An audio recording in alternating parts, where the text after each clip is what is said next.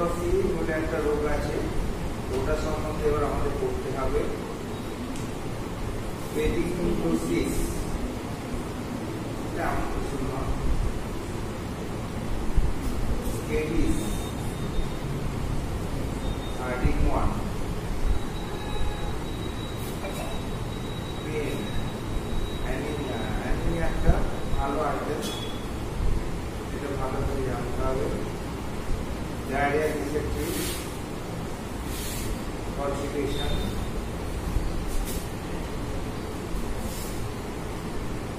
Vomiting. এর সঙ্গে emergency আছে snake bite, dog bite, insect bite, short throat and infection, AIDS. ঠিক আছে, এই কথা রোগ সম্বন্ধে। এই যে নামগুলো বললাম, এগুলোর নাম শুনেছো তোমরা? হ্যাঁ, একটা একটা করে বলছি। লেপ্রসি নাম শুনেছো? লেপ্রোসি হচ্ছে কুষ্ঠ, এবং এটা কি ধরনের রোগ? ব্যাকটেরিয়া, ভাইরাস না প্যারাসাইট? এই জীবাণুটা কি? ব্যাকটেরিয়া। কিরকম ব্যাকটেরিয়া বলো? টিউবারকুলোসিস আর লেপ্রসি দুটো জীবাণু, মানে চরিত্র এবং এগুলো অনেকটা ক্লোজ রিলেটেড। ঠিক আছে, এর জন্য লেপ্রসি জীবাণুর নাম কি? হ্যাঁ, মাইক্রোব্যাকটেরিয়া। আর টিউবারকুলোসিসের জীবাণুর নাম কি? মাইক্রোব্যাকটেরিয়া। এইবার রোগের নাম তুলে দিয়েছে, দেখো দুটো নেই, বোধ আর মাইক্রোব্যাকটেরিয়া, অর্থাৎ rod shaped gram positive bacillus. Mycobacteria বলতে আমরা কি বুঝি? Rod shaped gram positive bacillus. Tuberculosis হচ্ছে একটা প্রজাতি, মাইক্রোব্যাকটেরিয়াম টিউবারকুলোসিস। আর লেপ্রসি হচ্ছে আরেকটা প্রজাতি, মাইক্রোব্যাকটেরিয়াম লেপ্রি। বুঝতে পারলে? সেই জন্য আগে প্রথমে আমাকে রোগগুলো চেনার আগে রোগগুলোর নাম চিনতে হবে, আর রোগগুলো কিভাবে হয় সেটা সম্বন্ধে আগে একটু আইডিয়া করতে হবে, তবে আমরা অনেকটা এগিয়ে যেতে পারি। ঠিক আছে, তো লেপ্রসি, এবার রোগটা কি, প্যাথোলজি কি, ও কি ধরনের সাইন সিস্টেম প্রডিউস করে, ওর ইনভেস্টিগেশন কি, ওর ট্রিটমেন্ট। যেমন একটা রোগ সম্বন্ধে আমাদের জ্ঞান অর্জন করতে হয় প্র্যাকটিস অফ মেডিসিন ওয়াইজ, সেই রকম লেপ্রসি একটা মেডিসিনের একটা আইটেম, মানে অ্যাকচুয়ালি একটা রোগ। যে রোগটা সম্বন্ধে আমরা কতগুলো পয়েন্ট জানবো, যে রোগটা কি কি কারণে হয়, হলে পরে কি কি অসুবিধা হয়। এবার এই অসুবিধাগুলো শোনার পরে আমরা কি করে জাজ করবো, রোগকে মানে টেস্টিমনি করবো। তারপরে রোগটা ডায়াগনোসিস হয়ে গেলে রোগটার কি চিকিৎসা করবো। এরপরে যদি আরো ফার্দার আমি এগোই, তো এই রোগটা কি কি কমপ্লিকেশন অ্যারাইজ করতে পারে, এবং এই রোগটার সঙ্গে অন্যান্য আর কোন কোন রোগের সিমিলারিটি। যখন আমরা অন্য রোগের সিমিলারিটি দেখার চেষ্টা করবো, তাকে বলি আমরা ডিফারেন্সিয়াল ডায়াগনোসিস।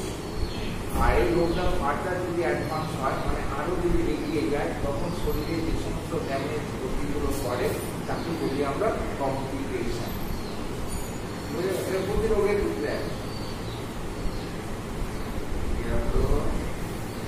পেডিকুলোসিস নাম শুনেছ? পেডিকুলোসিস আইডিন বলেছিল, বডি লাউজ, হেয়ার লাউজ, যাই বলো, মাথায় যখন হয় চুলে হয় তখন ওটা হচ্ছে হেয়ার লাউজ, শরীরের লোমে যদি হয় বডি লাউজ বলা হয়। ঠিক আছে, এগুলোকে এক কথায় আমরা বলি পেডিকুলোসিস। সমস্ত হেয়ারি পার্টে, বগল বলো, মাথা বলো, গায়ের লোম বলো, যে কোনো হেয়ারি পার্টে, গর্জন বলো, সর্বত্র যে ছোট ছোট ইনসেক্ট এক ধরনের জন্মায়, তাদেরকে আমরা বলছি তোমার পেডিকুলোসিস। এটা ইন্টারনাল মেডিসিন দরকার পড়ে না, এগুলো এক্সটার্নাল মেডিসিন দিয়ে ওদেরকে মারতে হয়। আর পার্সোনাল হাইজিন যেগুলো আছে সেগুলো মেনে চললে পরে এই রোগগুলো ভবিষ্যতে আর হয়। তারপরে একটা রোগ দিয়েছে স্কেবিস, এটাও সম্বন্ধে আমি আগে বলে দিয়েছিলাম। স্কেবিস পেডিকুলোসিস আগে বলেছিলাম। কি ওষুধ করা থেকে বলেছিলাম বলো বলো?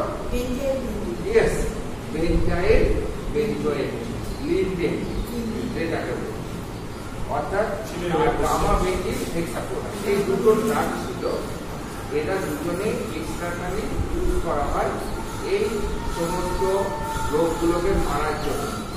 পেডিকুলোসিস, স্কেবিস, এই দুটো জীবাণুকে মারার জন্য ব্যবহার করা হয়। স্কেবিস তো বলেছি, স্কেবিস এক ধরনের ইনসেক্ট, ছোট ছোট ছোট ছোট, হ্যাঁ, একদম মাকড়সার মতো অনেকটা দেখতে, আমাদের স্কিনে হয়, বারো তৈরি করে, যেটাকে আমরা মোটা বাংলা বলি কোষ পাজরা। কোষ পাজরা বাচ্চাদের হয়তো ছোঁয়াচে, এই রোগগুলো এইখানকার বারো থেকে কোনো বাচ্চা ছেলেদের বেশি হয়, সেখানে একসাথে কারো যদি কোষ পাজরা হয় অন্যান্য ছেলেদের থেকে তাদেরও বেশি। তো যেহেতু এটা বাইরের রোগ, সেই জন্য এদেরকে আমরা বাইরে দিয়ে ওষুধ দিই। যদি সেকেন্ডারি ইনফেকশন ঘটায় বা কোনোভাবে তোমার ওই যে বারোগুলো ইনফেক্টেড হয়ে গিয়ে অনেক সময় স্কিনে সেকেন্ডারি ইনফেকশন ঘটে, সেক্ষেত্রে আমাদের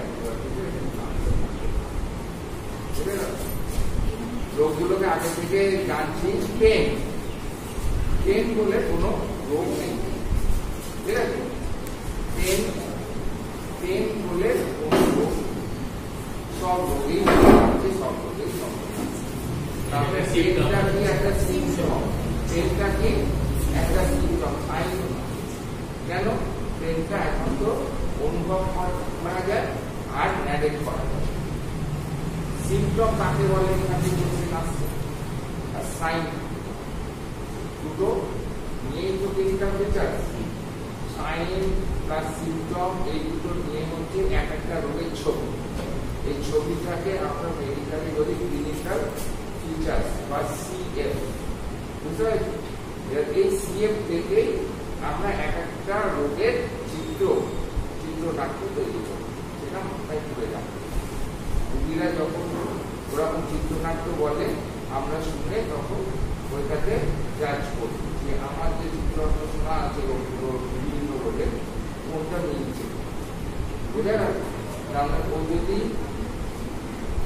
একটা রোগের চিত্রনাট্য বলে আমার তখন মাথার মধ্যে ওই রোগটা সম্পর্কে বুঝবে, এবং শুধু তাই নয়, ওইটার ডিজিটাল বুঝবে। ডিজি মানে ডিফারেন্সিয়াল, এই ডিফারেন্সিয়াল ডায়াগনোসিস। কারণ চিত্রগুলো এমনই, কিছু কিছু রোগগুলো চিত্র ক্লোজলি রিলেটেড, তখন তাদেরকে ডিফারেন্সিয়াল ডায়াগনোসিস করে একটা নির্দিষ্ট ডায়াগনোসিসে আসা হয়, বুঝতে পারলে? এবার সেই অনুযায়ী এখানে চিকিৎসা। তো এখানে পেন হচ্ছে একটা কি বললাম সিমটম, কাকে বলে বলো? সিমটম কাকে বলে? disagreeable sensation. Symptom মানে disagreeable sensation which is felt by the patient himself only and can be narrated by the patient. আমি অনুভব করতে হবে, সেটা যতক্ষণ না পর্যন্ত ন্যারেট করতে পারছি ততক্ষণ সেটা সিমটম হলো না। অর্থাৎ একটা ডিসএগ্রিয়েবল সেন্সেশন যেটা পেশেন্ট ফিল করে এবং ন্যারেট করতে, সেই জন্য ছাগল গরু ওরা কোনো সিমটম দিতে পারে। আওয়াজ করে অত বোঝা, আমরা কিন্তু ভাষা বুঝতে পারি না। ডিসএগ্রিয়েবল, যেটা আমার শরীর এগ্রি করছে না, আমার শরীরে এখন আমি বলছি, হাসছি, কথা বলছি, কেন? আমার শরীরে কোনো ডিসএগ্রিয়েবল কোনো সেন্সেশন নেই, সেই জন্য আমি আমার যে সত্তা, আমার যে ফিজিক্যাল বলো মেন্টাল বলো সব কিছু আমি 100% এমপ্লয় করতে পারছি, মানে নিয়োগ করতে পারছি। যখন একটা শরীরে রোগ বাসা বাঁধে তখন এই সেন্সেশনটা থাকে না, তখন কিছু ডিসএগ্রেবল সেন্সেশন হয়। আর মাথাটা ধরে থাকে,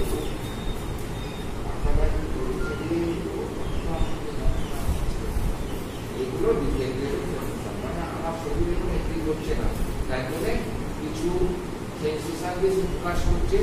এই যে বললাম আমার মাথাটা ধরে চেপে আমার টনটন করছে, দ্যাট ইজ সিম্পটম, মানে আমি ন্যারেট করলাম যে আমার মাথাটা ধরেছে আর মাথাটা টনটন করছে। সেই জন্য সিম্পটম একমাত্র পেশেন্টই অনুভব করে আর ন্যারেট করতে পারে, সেইটা শুনে বিশ্বাস করে আমাকে বলতে হবে। ঠিক আছে, সাইন হচ্ছে প্যাথোলজিক্যাল স্টিগমা, যেগুলো বাইরে থেকে আমরা দেখতে পাই। ডক্টরি হোক যে কেউ, any one can see, that is sign. বুঝতে পারছো? তো এই দুটো জিনিস নিয়ে, সাইন এবং সিম্পটম নিয়ে একটা রোগের ক্লিনিক্যাল ফিচার্স, অর্থাৎ এই ক্লিনিক্যাল ফিচার্স উপরে দাঁড়িয়ে যখন আমি একটা রোগ সম্বন্ধে ডায়াগনোসিস করছি, that is called clinical diagnosis. Differential diagnosis আর ক্লিনিক্যাল ডায়াগনোসিস না, ডিফারেন্সিয়াল ডায়াগনোসিস মানে হচ্ছে যখন এই ক্লিনিক্যাল ফিচার্স গুলো, অনেকগুলো রোগের ক্লিনিক্যাল ফিচার্স কে ক্যারি করে আমি একটা জায়গায় উপনীত হচ্ছি, দ্যাট ইজ হচ্ছে ডিফারেন্সিয়াল ডায়াগনোসিস। যেটা ক্লিনিক্যাল ডায়াগনোসিসে একটা হেল্প করে, ঠিক আছে, কিন্তু দুটো জিনিসই আলাদা। এবার আমি যদি পরিষ্কার চিত্র বুঝে পেলে আমি ডিফারেন্সিয়াল ডায়াগনোসিস নাও করতে পারি। আমি যদি একদম প্রমিনেন্ট পিকচার পেয়ে যাই, একটা চিত্র পেয়ে গেলাম, মানে ডেফিনেট দ্যাট ইজ মিজলস কি দ্যাট ইজ চিকেন পক্স, ঠিক আছে, তখন আমার আর ট্রিট করার প্রয়োজন পড়ছে না, কারণ আমি তো দেখতে পাচ্ছি এবং একদম ডেফিনেট হয়ে যাচ্ছে, সেটা তেমন প্রয়োজন।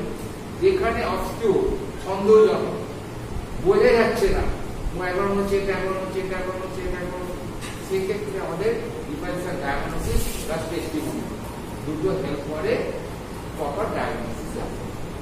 টেস্টিমনি মানে রিগার্ডিং ইনভেস্টিগেশন করলে পরে আমরা সেখান থেকে কনফার্ম ডায়াগনোসিসে আসতে পারি। ঠিক আছে, আমি সিওর বলতে পারছি না স্যার, তখন সিএ, হ্যাঁ, তখন সিএ যেটা বুঝে যাচ্ছে ক্লিনিক্যাল ডায়াগনোসিস। ক্লিনিক্যাল ডায়াগনোসিস সবসময় রাইট নাও হতে পারে, সেই জন্য তাকে কনফার্ম করার জন্য আমাকে প্যাথোলজিক্যাল টেস্টগুলো করতে হয়। বুঝতে পেরেছো? এবার সেটা তো মানুষের চিন্তা ভাবনা ভুলতেই পারে, কিন্তু আমি যদি সেখানে ক্লিনিক্যাল সাপোর্ট মানে টেস্টিমনি সাপোর্ট নিই, ডেফিনিট ডায়াগনোসিস চলে আসতে পারবো, 100% শিওরে চলে আসতে পারবো। তখন একবারে শিওর হয়ে গিয়ে সেটা চিকিৎসা যাতে ভুলভাল করার সম্ভাবনা কম। আমি জাস্ট আজকে জাস্ট ইন্ট্রোডাকশন দিচ্ছি ওগুলো সম্বন্ধে, একটু চেনাচ্ছি আর কি। তারপরে একটা আইটেম হচ্ছে অ্যানিমিয়া। এটা একটা বিশাল ব্যাপার, অ্যানিমিয়া। এটা অ্যাকচুয়ালি রোগ হিসাবে আমরা ধরি বটে, কিন্তু বিভিন্ন রোগে বিভিন্ন ভাবে এটা একটা সাইন হতে পারে, সিমটম হতে পারে, মানে কমপ্লেক্স ব্যাপার, সিনড্রোম বলা যায়, ঠিক আছে। তো মেনলি এটা রিলেটেড, জানতে হবে it is related with blood, anaemia related with blood, ঠিক আছে।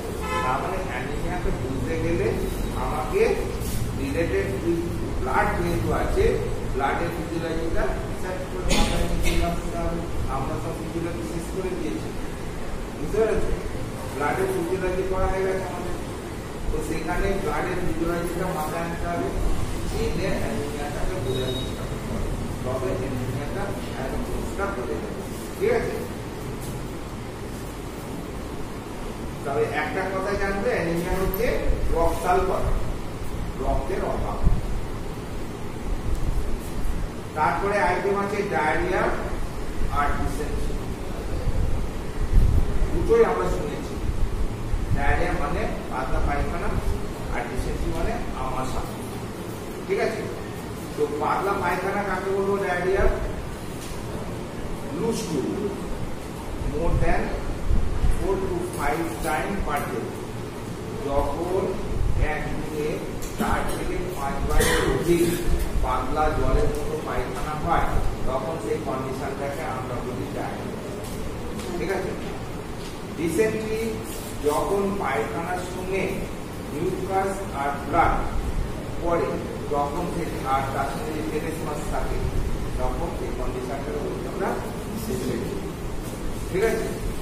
এবার ডায়রিয়া বিভিন্ন কারণে হয়, ডিসেন্ট্রিও বিভিন্ন কারণে। তবে আমাদের কমন ডিসেন্ট্রি হচ্ছে অ্যামিবিক ডিসেন্ট্রি।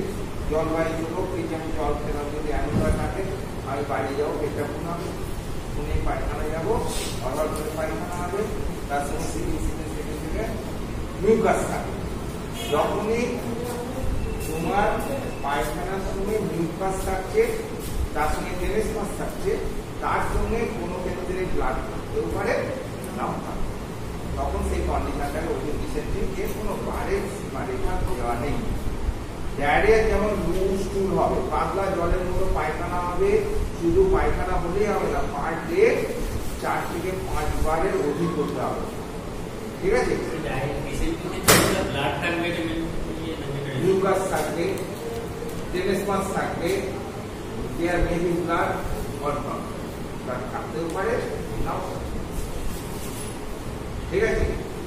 কমন কজ হচ্ছে তোমার ব্যাসিলাস দ্বারা হয় ডিসেন্ট্রি, তাদের বলি আমরা ব্যাসিলারি ডিসেন্ট্রি। আর অ্যামিবা দ্বারা হয় ডিসেন্ট্রি, তাদের বলি আমরা অ্যামিবিক ডিসেন্ট্রি। ব্যাসিলাস এবং অ্যামিবা এবং আরো অনেক কিছু জিনিস মিলে যখন পাতলা জলের মতো পায়খানা হয় তখন তাকে ঠিক আছে, বুঝা গেল? তাহলে এরাও এক ওয়ান টাইপ অফ ডায়রিয়ার কজ। এই যে ডিসেন্ট্রি যে কজগুলো হচ্ছে অ্যামিবা, বিভিন্ন প্রকারের ব্যাসিলাস, এরাও কিন্তু ডায়রিয়া করছে, বুঝতে পেরেছো? কারণ যদি পায়খানা করতে যায় 5 বারের অধিক, আর যদি ডিসেন্ট্রিটা যদি পাতলা হয় তখন সেটাকে আমরা ডায়রিয়া বলছি, বুঝতে পেরেছো? তো ডায়রিয়া এবং ডিসেন্ট্রিটা সম্বন্ধে প্রাইমারি আমরা শুধু জানলাম। ভমিটিং অর্থাৎ ইমিশন,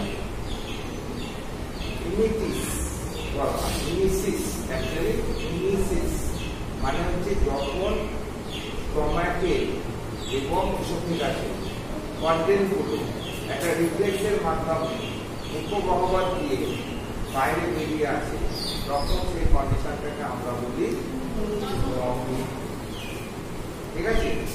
অর্থাৎ স্টমাকের কন্টেন্ট, ইসোফেগাসের কন্টেন্ট একটা রিফ্লেক্সের মাধ্যমে, অর্থাৎ ভমিটিং ইজ এ রিফ্লেক্স, যার মাধ্যমে ওই কন্টেন্টগুলো ইসোফেগাস মুখগহ্বরের বাইরে বেরিয়ে আসে। তারপরে না ওই ছোট বড়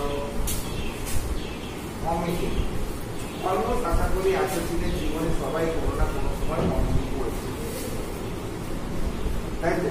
এমন কেউ আছে যেটা ভমিটিং করে জীবনে আছে? কেউ আছে?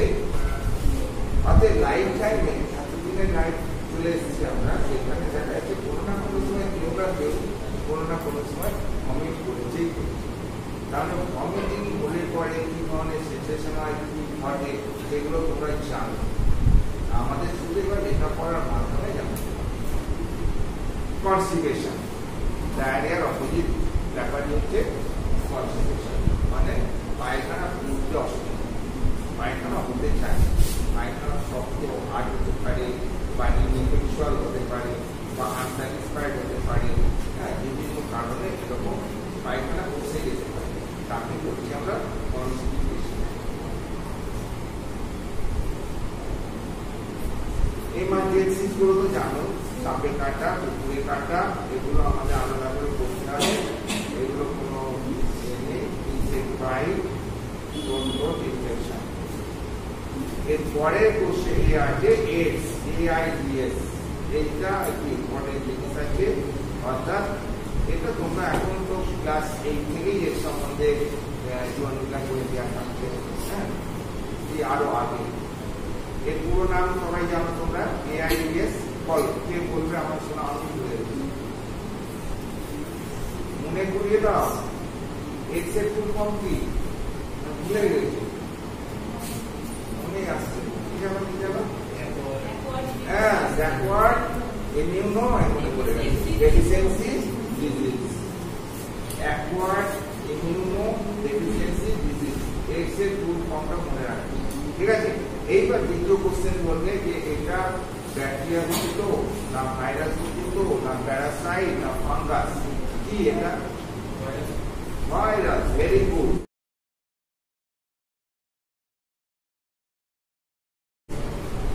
হ্যাঁ, এটার নাম কি? ভাইরাসের নাম HIV। HIV অর্থাৎ human immuno deficiency virus. Human immuno deficiency virus HIV।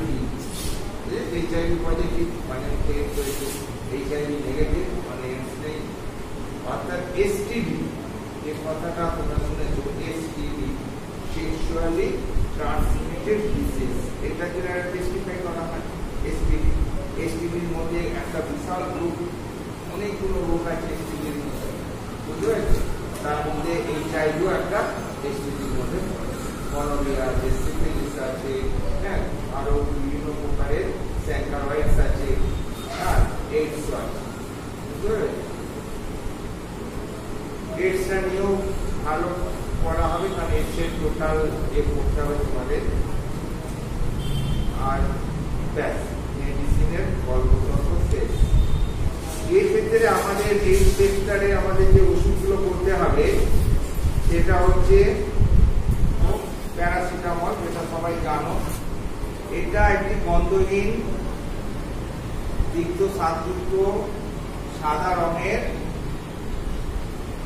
দানাদার বস্তু বা দানাদার পাউডার। 2 নম্বর লাইন দেখো, ইহা জলে দ্রবণীয়।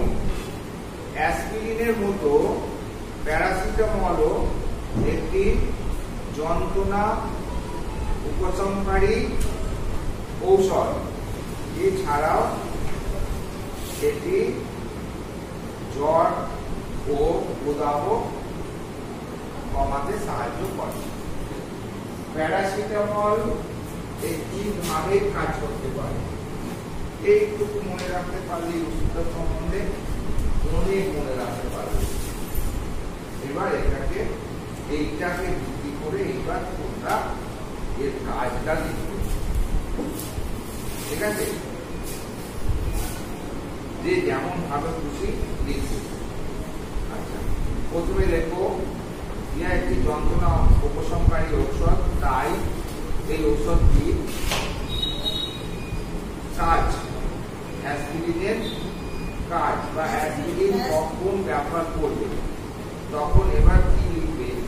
দেখো, এই ঔষধটি একটি যন্ত্রণা উপশমকারী ঔষধ, তাই এটি গায়ে ব্যথা, মাথা ব্যথা, দাঁতের যন্ত্রণা, কানের যন্ত্রণা, পেশি ও গাঁটের যন্ত্রণা প্রভৃতি ক্ষেত্রে এটি ব্যবহার করা হয়। 1 নম্বরের ভাষায়। 2 নম্বরে লেখো, এটি শরীরের তাপমাত্রা কমাবার জন্য ব্যবহার করা হয়। আর 3 নম্বরে লেখো, বিভিন্ন প্রকার ইনফেকশনের প্রদাহ কমাবার জন্য এটি ব্যবহার করা হয়, যেমন কমন কোল্ড ইনফেকশন, ইনফ্লুয়েঞ্জার প্রথম অবস্থায়। ব্র্যাকেটে লিখবে, বিভিন্ন প্রকার ইনফেকশনের ব্র্যাকেটে লিখবে common cold infection, first stage of influenza, bracket close করে দেবে, প্রদাহ কমাবার জন্য ব্যবহার করা হয়। এইবার লেখো ডোজ আর হচ্ছে অ্যাপ্লিকেশন, মানে how it is supplied and given to the patient. How it is supplied and given to the patient, অর্থাৎ এই ওষুধটি কিভাবে পাওয়া যায় আর কতটা মাত্রায় রোগীদের দেওয়া যায়, ঠিক আছে? এক কথা এটি করে ডোজ এন্ড অ্যাপ্লিকেশন। পাওয়া তো যায় বিভিন্ন ভাবে, যতভাবে পাওয়া যায় লিখে থাকবে। তোমরা জানো সিরাপ ফর্মে আর ট্যাবলেট ফর্মে, এই দুটো ফর্মে পাওয়া যায়। এবার ট্যাবলেটে যত ইঞ্চিতে পাওয়া যায় সব লিখে দেবে। 250, 500, 650, 1 গ্রাম, 1 গ্রাম ট্যাবলেট পাওয়া যায়। 250, 500, 650 ও 1 গ্রাম ট্যাবলেট হিসাবে পাওয়া যায়।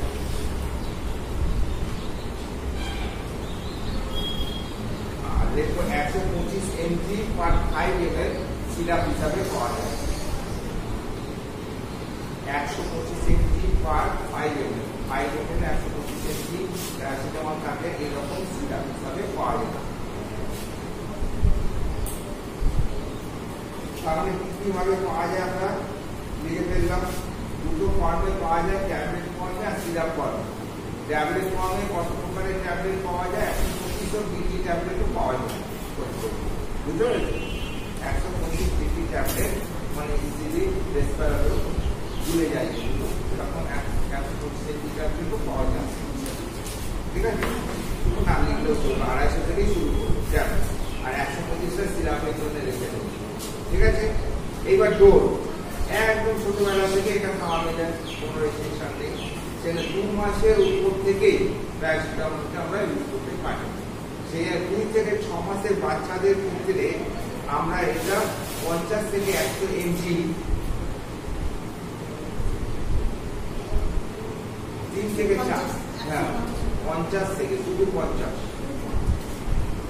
2 থেকে 6 মাস বলেছি। রুগীটা দেখুন একবারে বাচ্চা 2 থেকে 6 মাসের বাচ্চাকে 50 থেকে 100 mg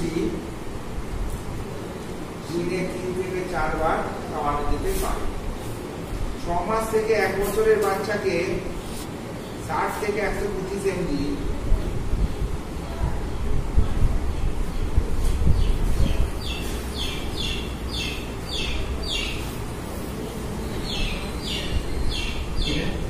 দিনে 3 থেকে 4 বার প্রয়োজন মতো, কথাটা লিখতে দিনে 3 থেকে 4 বার প্রয়োজন মতো খাওয়ানো হয়। অ্যাকচুয়ালি এটার ব্যবহার হচ্ছে SOS।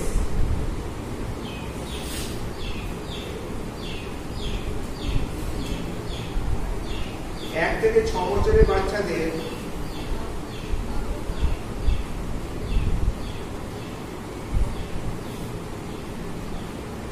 থেকে 6 বছরের বাচ্চাদের 125 থেকে 250 mg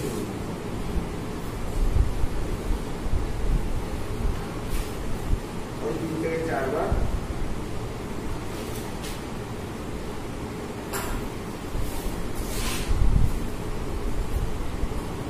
6 থেকে 12 বছরের বাচ্চাদের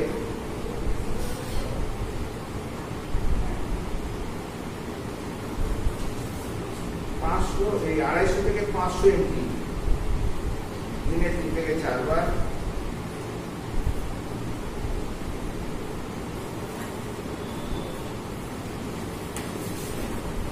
আর অ্যাডাল্টদের 500 থেকে 1000 mg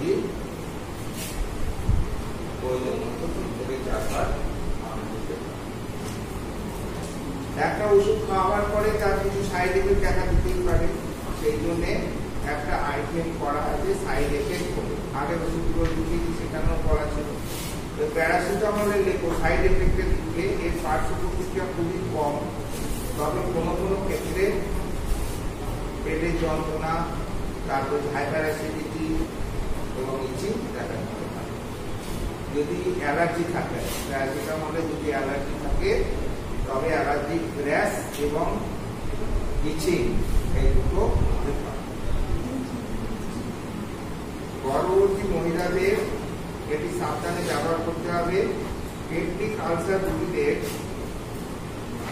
অ্যান্টাসিড সহ দিতে হবে। যাদের লিভারের ডিজিজ ও বিভিন্ন প্রকারের ইউটিআই সমস্যা আছে তাদের ক্ষেত্রে সাবধানে কম মাত্রায় ব্যবহার করতে হবে। আর ঔষধি চলাকালীন অ্যালকোহল বা মদ্যজাতীয় কোনো জিনিস পান করা উচিত নয়। দীর্ঘদিন ধরে এই ওষুধটি ব্যবহার করা উচিত নয়, কারণ এটি শুধুমাত্র সিম্পটোম্যাটিক ইউজ করা হয়, তাই রোগ নির্ণয় করে প্রকৃত চিকিৎসা করা প্রয়োজন। ওই দিন দিয়ে ধরা সে ওই দিন দিয়ে যাচ্ছি,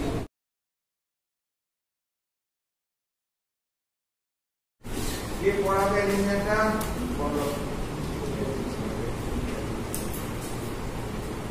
অ্যানিমিয়া বুঝতে গেলে আমি কি করলাম? রক্ত কম্পোজিশনটা লিখতে হবে মানে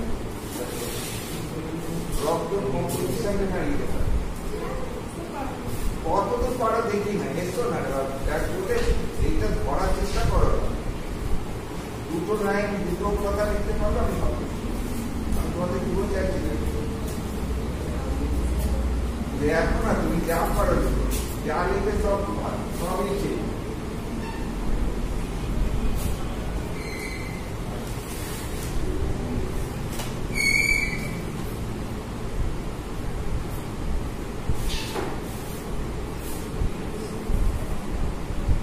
নিচে দেখো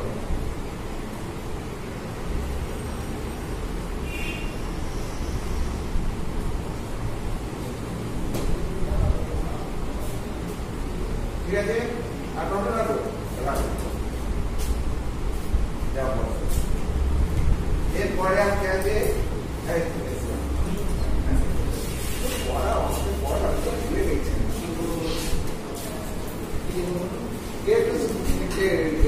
লিখতে পারো ব্লাডের কম্পোজিশন সম্বন্ধে ব্লাডের কম্পোজিশন লিখতে দিয়েছি ও শুধু ওবিসি আরবিসি প্লেটলেট যা লিখেছে ঠিকই লিখেছে কিন্তু কমপ্লিট লিখে ভুল কিছু লিখে তুমি এই সময় কি অ্যাড করবে তোমার কি লিখে দেখো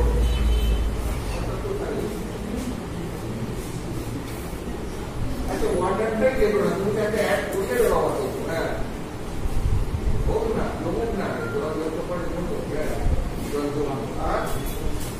আর কি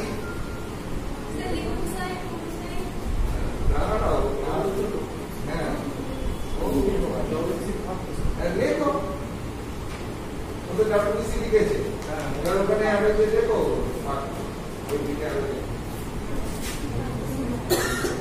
ডাব্লিউসি তারপরে ভালো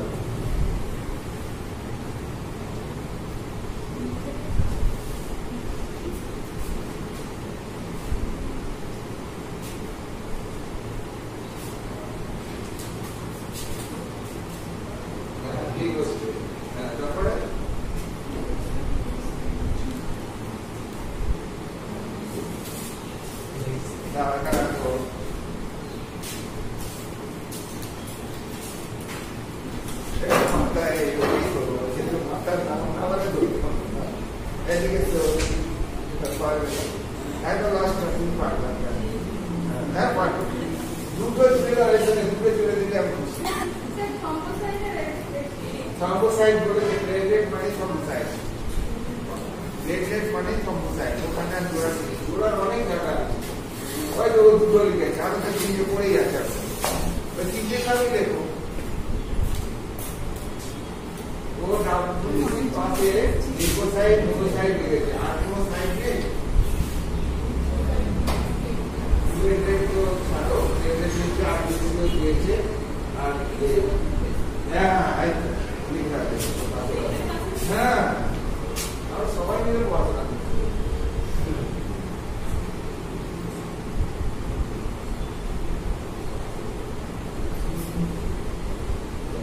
ঠিক আছে হ্যাঁ লিখে দেবো দেখো এতে কনফিডেন্স বাড়ে দেবো আর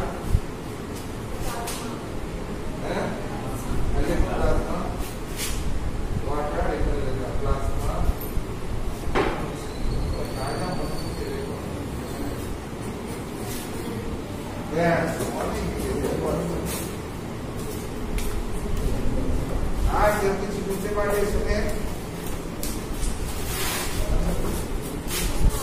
আচ্ছা ওরা মোটামুটি আমরা যখন বলবো যে ব্লাডের কম্পোজিশন বলো যে কোনো একটা কম্পোজিশন মানে হলো ব্লাড হচ্ছে একটা লিকুইড বস্তু হোয়াট ইজ ব্লাড বলো ব্লাডটা কি ব্লাডের ডেফিনেশন কি ইহা একটি লাল রঙের তরল ক্ষার বিশিষ্ট তরল পদার্থ বলি না যাহা আমাদের শরীরের বিভিন্ন বস্তুগুলোকে পরিবহন করতে ঠিক আছে। এই ব্লাডটা থাকে কোথায় আমাদের শরীরে? কোনো গহ্বর আছে? গহ্বরে থাকে, হ্যাঁ, রক্ত নালীর মধ্যে থাকে আর হৃৎপিণ্ডের মধ্যে, তাই তো? রক্ত নালীর মধ্য দিয়ে প্রবাহিত হয়। এই লিকুইডটা আপনি যদি যে কোনো একটা লিকুইড, আমাদের যে লিকুইড আছে, যে কোনো একটা লিকুইড, যে কোনো একটা রস আর কি, রসের মধ্যে ব্লাড হচ্ছে একটা রস, যে কোনো রসের মধ্যে জানবে তোমার SO2 সলিড বলে কোনো জিনিস থাকবে, লিকুইড বলে কোনো জিনিস থাকবে, থাকবে তো? সেরকম এখানে যদি আমি একটা ব্লাড ধরি, ব্লাডটাকে আমি যদি সেন্ট্রিফিউজ করি, সেন্ট্রিফিউজ করে ব্লাডকে আমি অ্যান্টিকোয়াগুলেন্ট দেবো যাতে ব্লাডটা সঞ্চিত না হয়, ব্লাড এমন কি বাইরে বেরিয়ে পড়লে জমা হবে। যখন আমি রক্ত নালীর মধ্যে প্রবাহিত করতে রক্তে ড্র করবো করে যদি এমনি রেখে দিই সিরিঞ্জের মধ্যে জমে যাবে। সেই জন্য আমরা কিছু পদার্থ সঙ্গে মিশিয়ে রাখি, তাকে আমরা বলি অ্যান্টিকোয়াগুলেন্ট, ঠিক আছে, যারা রক্তকে জমাট বাঁধতে দেয় না, রক্তটাকে লিকুইড রেখে দেয়। সেই রকম একটা অ্যান্টিকোয়াগুলেন্ট মিশ্রিত রক্তকে সেন্ট্রিফিউজ করে, সেন্ট্রিফিউজ মানে একটা টেস্ট টিউবে নিয়ে তাকে ঘোরানো, রোটেট সেন্ট্রিফিউজ মেশিন আছে, 3000 পার মিনিট রোটেশন স্পিডে তাকে ঘুরিয়ে যদি এরকম স্ট্যান্ড করে রেখে দিই, ভালো করে ঘুরতে এখান থেকে অনেক উত্তর পেয়ে যাবে। স্ট্যান্ড করে যদি রেখে দিই, এরকম যদি এক ভর্তি থাকে, এটা রক্তকে আমি স্ট্যান্ড করে রেখেছি, দেখবে নিচে সেলগুলো, যে ওর মধ্যে যে সেলগুলো আছে নিচে থিতিয়ে পড়বে,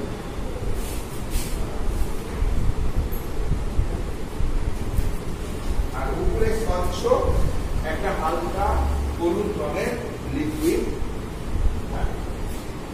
এইটা মাপলে দেখা যাবে 45%, অর্থাৎ এগুলো হচ্ছে রক্ত কণিকা, যেগুলো পরিধিকে ছিটে এসে আরবিসি, ডাব্লিউবিসি আর প্লেটলেট, তার মধ্যে ব্লাডের মাত্র 45 ভাগ রেখে গেছে। বুঝে গেল? তাহলে এই যে সবভাবে এগুলোকে বলছি আমরা সেলুলার এলিমেন্ট, ঠিক আছে। আর এই যে উপরে যে স্বচ্ছ পদার্থটা, এটাকে বলছি আমরা লিকুইড, মানে যে প্লাজমা।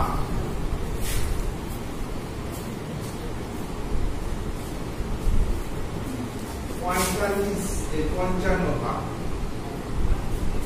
55% প্লাজমা আছে আর 45 ভাগ আছে সেলুলার এলিমেন্ট। তাহলে ব্লাডকে আমি দুটো ভাগে ভাগ করে ফেললাম, একটা হচ্ছে সেলস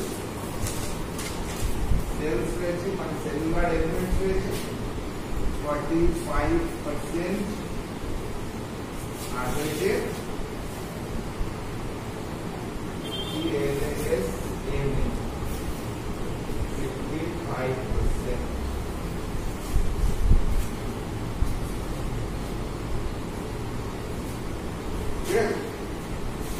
তাহলে একটা মানে ব্লাডের কম্পোজিশন, মেন কম্পোজিশন হচ্ছে সেলুলার এলিমেন্ট আর প্লাজমা, এই দুটো মিলে হচ্ছে ব্লাড। বুঝে গেল? হ্যাঁ, এটা বেসিক। এইবার এই সেলুলার এলিমেন্ট গুলো আমি অ্যানালিসিস করে ঘাটতে গিয়ে দেখলাম ও যেটা লিখেছে এর মধ্যে 3 ধরনের সেল আছে।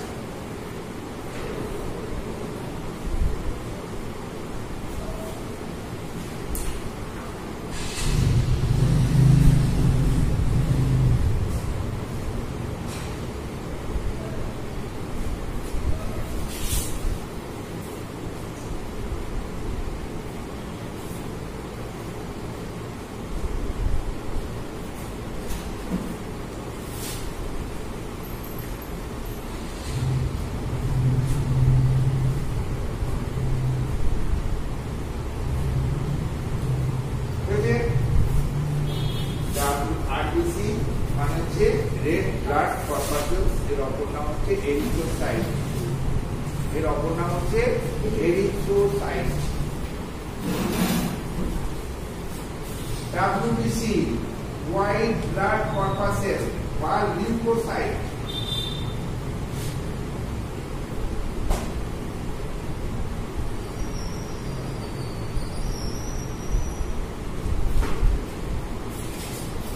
প্লেটলেট বা থ্রম্বোসাইট।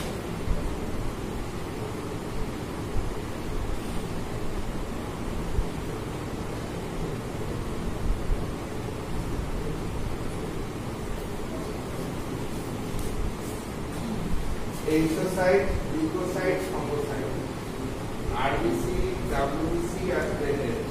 আরবিসি ERY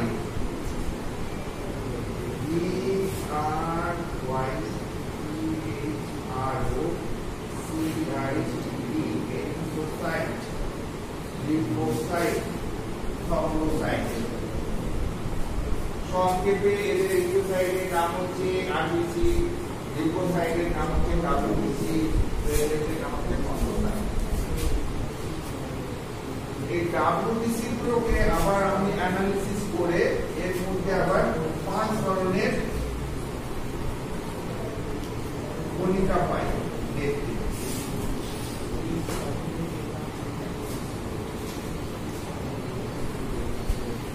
যেখানে এরা দুজনে মিলে লিখছিল,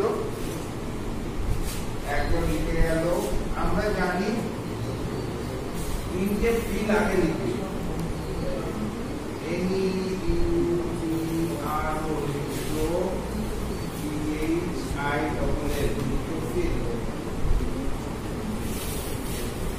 কেন নিউট্রোফিল লিখলাম? নিউট্রোফিলটা হচ্ছে সবচেয়ে বেশি। আর কি বেশি আছে এগুলো আগে লিখছি। লিম্ফোসাইট,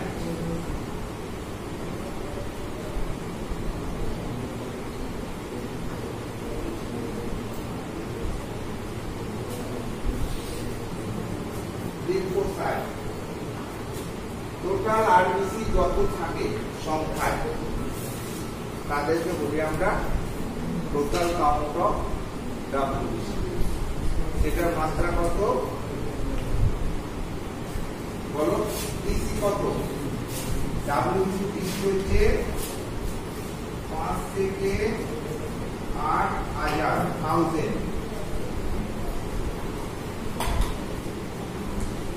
এদের টিসি কত? 5 to 6 মিলিয়ন।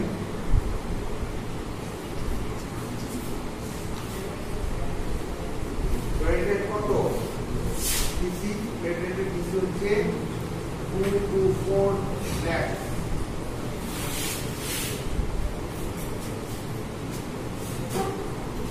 তাহলে আমরা টোটাল কাউন্ট জেনে গেলাম। টিসি মানে হচ্ছে দেখো, যখন ডাক্তাররা দেখবে রক্তের রিপোর্ট করতে দেয়, টিসি কথাটা লেখে, ডিসি কথাটা লেখে, ইএসআর কথাটা লেখে, এরকম লেখে তো, TC, DC, ESR, HB, haemoglobin এর কথাটা লেখে।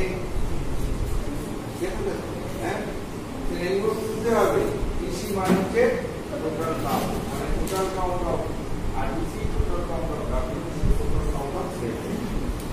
তিনটে মিলে হচ্ছে টিস্যু, অর্থাৎ ব্লাডের মধ্যে যত সেলুলার এলিমেন্ট আছে তাদের টোটাল কাউন্ট কত, তাকে বলতে আমরা ডিসি। মানে হচ্ছে এই যে ডাব্লিউবিসি যতগুলো আছে সেই তারা কতটা মাত্রায় আছে তাদেরকে বলি আমরা ডিসি। এইটা অ্যানালিসিস করি। ডিসিতে আমরা কি পাবো? 5টা সেল পাবো। 1 নম্বর হচ্ছে নিউট্রোফিল, এটাই থাকে সবচেয়ে বেশি, 60 থেকে 70%। যত ডাব্লিউবিসি আছে, ঠিক আছে, তার 60 থেকে 70% থাকে তোমার নিউট্রোফিল, আর লিম্ফোসাইট থাকে 20 থেকে 30%।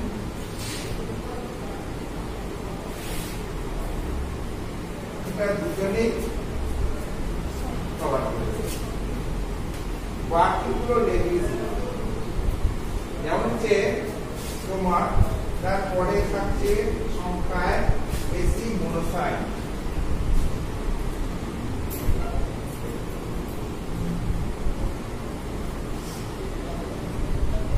5 to 10%। তারপরে থাকছে ইওসিনোফিল,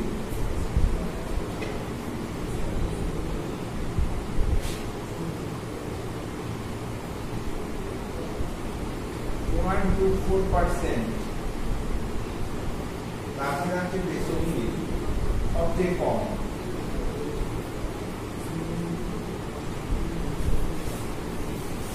0 to 1%।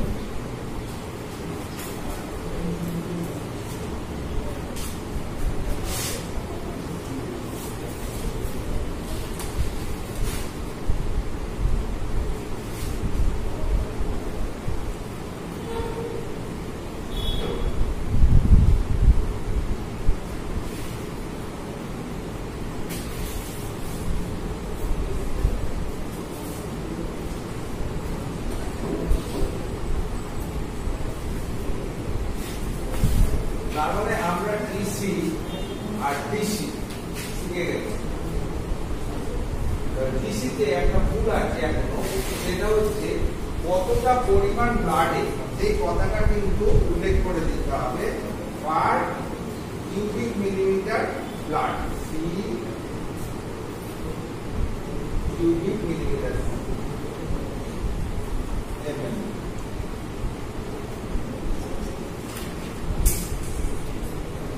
একটা 1 মিলিমিটার 1 মিলিমিটার 1 মিলিমিটার, এটা আমাদের ছোট বাক্স, যতটা রক্ত হয় তাকে বলে কিউবিক মিলিমিটার।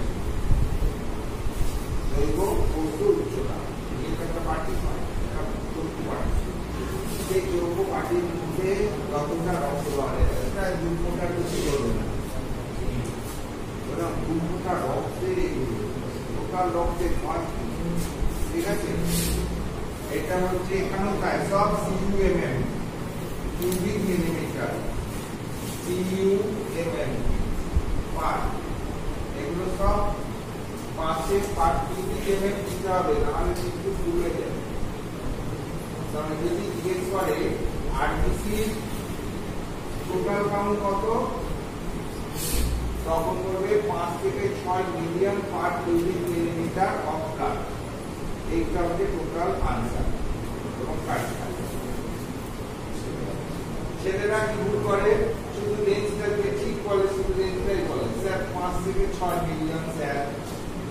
আর 5 থেকে 6 মিলিয়ন কতটা রক্তে, সেটা না বললাম না, রক্তে বহুত আছে। এবার আমাদের রক্ত, শরীরে কত রক্ত আছে,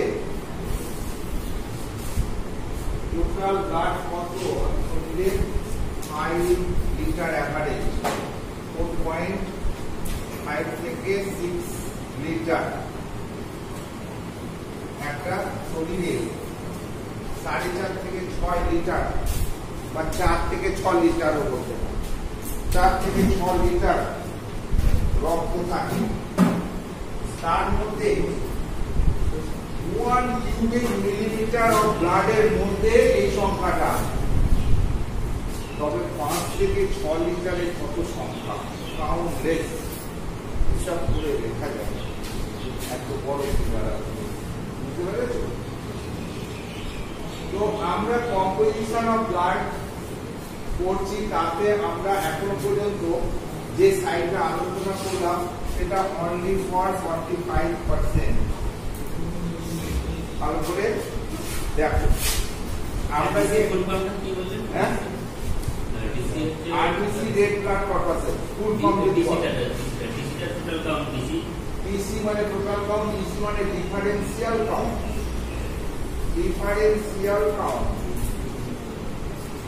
এবার ডিফারেন্সিয়াল কাউন্ট কার আছে, একমাত্র ডাব্লিউবিসি আছে, এদের তো কোনো ডিফারেন্স নেই, এদের সেলগুলো আরবিসি সব একই দেখতে, প্লেটলেট সব দেখতে একই, এদের কোনো ডিফারেন্সিয়াল সেল নেই। একমাত্র লিউকোসাইট গুলো বিভিন্ন আকৃতি বিভিন্ন প্রকৃতির, সেই জন্য এদেরকে আকৃতি প্রকৃতি দেখে 5টা ভাগে ভাগ করা হয়েছে। মেনলি আমরা যখন বলবো 5টা ভাগ, এখানে আমরা তো ওদের আধিক অনুযায়ী অ্যারেঞ্জ করেছি, এমনি অ্যাকচুয়ালি তোমার গ্র্যানুলোসাইট আর অ্যাগ্রানুলোসাইট দুটো ভাগে ভাগ করা হয়। এইগুলোকে যখন সেলগুলো আমরা চিহ্নিত করি, এই যে সাইটোপ্লাজমে গ্র্যানিউল থাকে, কিছু কিছু লিউকোসাইটের গ্র্যানিউল থাকে, তাদের বলি আমরা সাইটোপ্লাজমের মধ্যে দানা থাকে, তাকে বলি আমরা গ্র্যানুলোসাইট। এরা কি হবে, দানাগুলো যখন আমরা স্টেন করি, স্টেনিং প্রপার্টি অনুযায়ী কিছু দানা অ্যাসিড স্টেনে রঙিন হয়, কিছু দানা বেসিক মানে ক্ষারকীয় স্টেনে স্টেন হয়, আর কিছু দানা অ্যাসিডও নেয় না, বেসও নেয়। এইরকম 3টে প্রকৃতি অনুযায়ী এদেরকে 3টে ভাগে ভাগ করেছি। একটা হচ্ছে ইওসিনোফিল যারা অ্যাসিডিক, আর একটা বেসোফিল যারা ক্ষারকীয়, আর যারা অ্যাসিড ক্ষার দুটোই নেয় না তারা হচ্ছে নিউট্রোফিল। তার মানে গ্র্যানুলোসাইট প্রকার, যাদের সাইটোপ্লাজমে গ্র্যানুল আছে তারাই গ্র্যানুলোসাইট। এই গ্র্যানুলগুলোর স্টেনিং প্রপার্টি অনুযায়ী আমরা এদের 3টে ভাগে ভাগ করেছি। যারা অ্যাসিডিক স্টেন নেয় তাদেরকে বলি আমরা ইওসিনোফিল, যারা বেসিক স্টেন নেয় তাদেরকে বলি আমরা বেসোফিল, আর যারা কোনো স্টেনই নেয় না তাদের মধ্যে আমরা নিউট্রাল থাকে, তাদের মধ্যে আমরা নিউট্রোফিল। তাহলে গ্র্যানুলোসাইট হচ্ছে 3 ধরনের, আর বাকিগুলোকে বলি আমরা অ্যাগ্রানুলোসাইট, অর্থাৎ যাদের সাইটোপ্লাজমে কোনো গ্র্যানুল নেই এবং নিউক্লিয়াসটা আকৃতিতে অনেক বড়, তারা হচ্ছে তোমার অ্যাগ্রানুলোসাইট।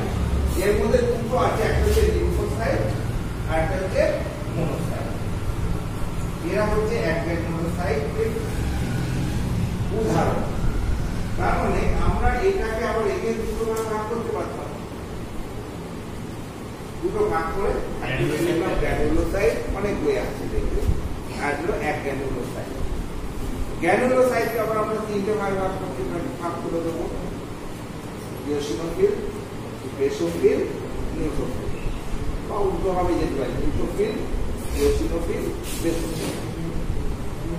আর অ্যাগ্রানুলোসাইটকে দুটো ভাগে ভাগ করবো, একটা হচ্ছে লিউকোসাইট, মোনোসাইট। আবার কোনো ওয়েতে তোমার লিউকোসাইটকে দুটো ভাগে ভাগ করে দিই, স্মল লিউকোসাইট, লার্জ লিউকোসাইট। বুঝতে পারলে? তো এগুলো অত দরকার নেই, এরকম মোটামুটি এটাই লিখতে পারছে না যে একজন এসে শুধু এইগুলোর নাম লিখলো আর একজন উল্টো করে লিখলাম, কিন্তু সিস্টেমিক যেতে হবে। কম্পোজিশন অফ ব্লাড যদি আমাকে বলে, আমাকে ব্লাডের সিস্টেমিক কম্পোজিশন করতে হবে। ফার্স্ট করতে হবে ব্লাডের মধ্যে কিছু সেল আছে আর একটা লিকুইড পদার্থের মধ্যে সেলগুলো ভেসে থাকে, যে সেলগুলোকে বলি সেলুলার অ্যারেঞ্জমেন্ট, যেটা আছে আমরা মেনলি হিমাটোক্রিট মেশিনের সাহায্যে এগুলোকে আমরা এ করি, তোমার ফলনগুলোকে মেনটেন করি। যেমন হচ্ছে টোটাল কর্পাসকুলার ভলিউম, কর্পাসেল কত আছে, টোটাল কর্পাসকুলার ভলিউম হচ্ছে 45%। বোঝা গেল?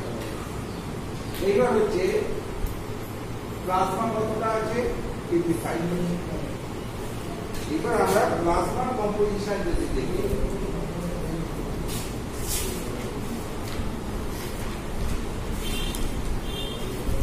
এবার মনে রইল প্লাজমা।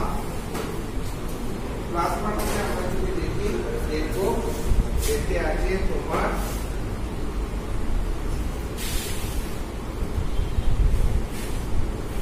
সলিড আর ওয়াটার। মেনলি এই দুটো ভাগে আমরা ভাগ করলাম। অনেকে আবার কালারিং মেটেরিয়ালস বলে আরেকটা অবস্থান করে, এটা মানে সলিড ওয়াটার আর হচ্ছে কালারিং মেটেরিয়াল এরকম ভাবে উল্লেখ করে। আবার অনেকে শুনে গ্যাসও জুড়ে দেয়, বুঝতে পেরেছেন? সলিড কি আছে আর ওয়াটার তো ওয়াটারই। এটা অ্যানালিসিস করে দেখা গেছে এর মধ্যে সলিড আছে 91.5% বা 91 to 92% করে 92%, আর সরি মানে 8 to 9%,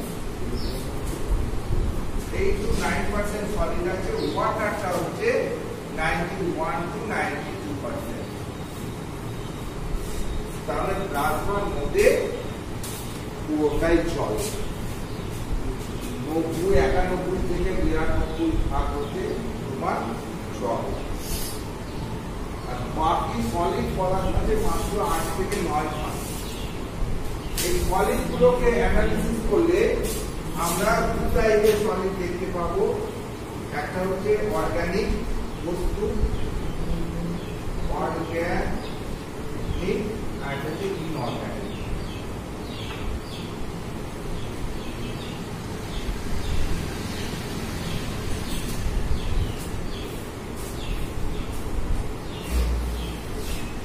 এবার বুদ্ধি করে করে আমার অর্গানিক গুলোর নাম মনে রাখতে হবে, বুদ্ধি করে করে অর্গানিক গুলোর নাম মনে রাখতে হবে।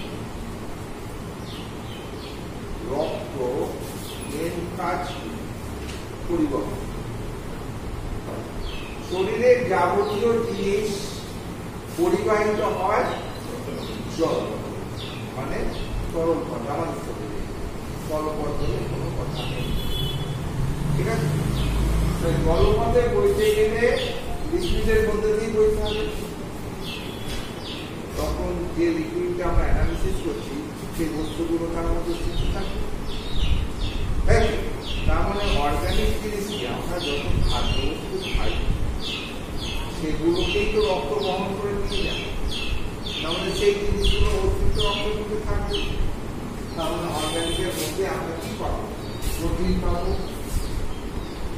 এইভাবে মনে রাখবো। কার্বোহাইড্রেট পাবো,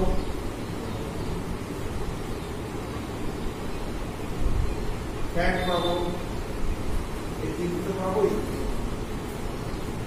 দুই প্রকারের খাদ্য আমরা খাই, দুই প্রকারের খাদ্য পাবো, এর সঙ্গে বিভিন্ন প্রকার ভিটামিনও থাকবে, ওগুলোকেও তারা বহন করে নিয়ে যায়। বিভিন্ন প্রকারের হরমোন থাকবে, সেগুলো অর্গানিক, তার ব্লাড হরমোন গুলোকে বয়ে নিয়ে যায়। তার মানে ভিটামিন থাকবে, হরমোন থাকবে অর্গানিকের মধ্যে, ঠিক আছে? আর কি থাকবে?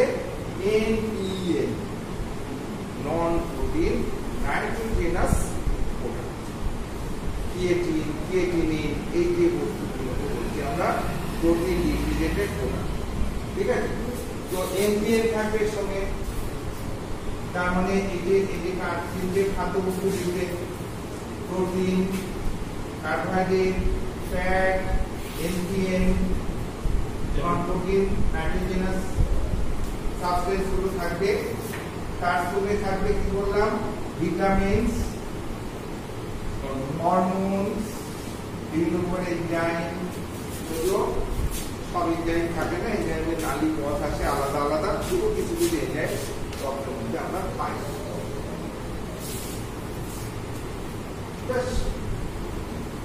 হয়ে গেল ব্লাডের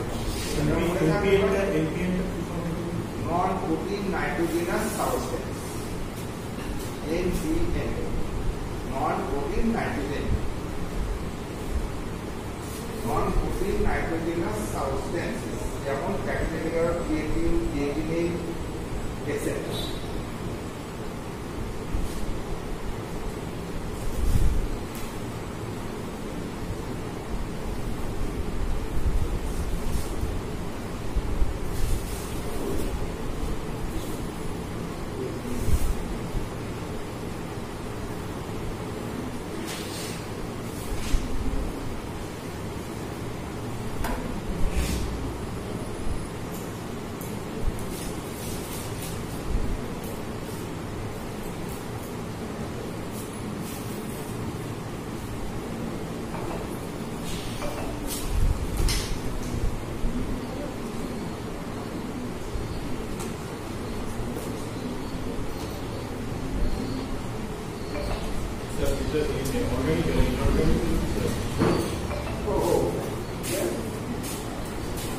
ইনঅর্গানিক যত পদার্থ আছে সেগুলোর নাম দিয়ে লিখে দেবে।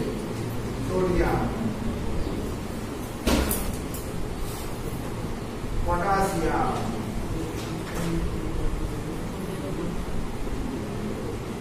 লোহা, iron, magnesium, phosphorus, copper, zinc, আর কত যতগুলো ইনঅর্গানিক সাবস্টেন্সের নাম মনে পড়বে সব বুঝে নেবে যাবে, সবই আমার তৈরি আছে। সোডিয়াম হচ্ছে খুব কমন, সোডিয়াম থেকে শুরু করবে, সোডিয়াম পটাশিয়াম ফল করলে পরে সব মাথা গোলমাল হয়ে যায়, কিছু মনে করতে পারে না, কে চিনতে পারে না। হ্যাঁ, বয়স হলে পরে এগুলো বিভিন্ন রোগীদের ক্ষেত্রে দেখতে পাওয়া যায়, হঠাৎ করে চিনতে পারছে না, তো তাদেরকে আমরা কি করি, সোডিয়াম পটাশিয়াম লেভেলটা দেখার জন্য ওই সোডিয়াম পটাশিয়ামটা যেটা কমন থাকে সেটা আমরা সাপ্লিমেন্টেশন দিই।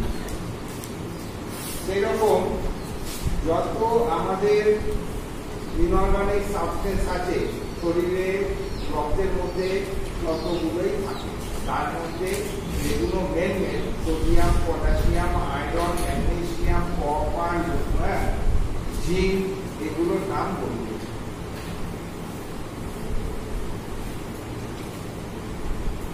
আশা করি এইরকম ভাবে তুমি যদি ব্লাডের কম্পোজিশন গুলো মনে রাখতে পারো তবে কোনোদিন ভুলবে না। যে কোনো লিকুইডের কম্পোজিশনে এই সব মেনটেন করতে হবে। যেমন তার একটা লালা রস, তার মানে যাতে সলিড থাকবে, লিকুইড থাকবে।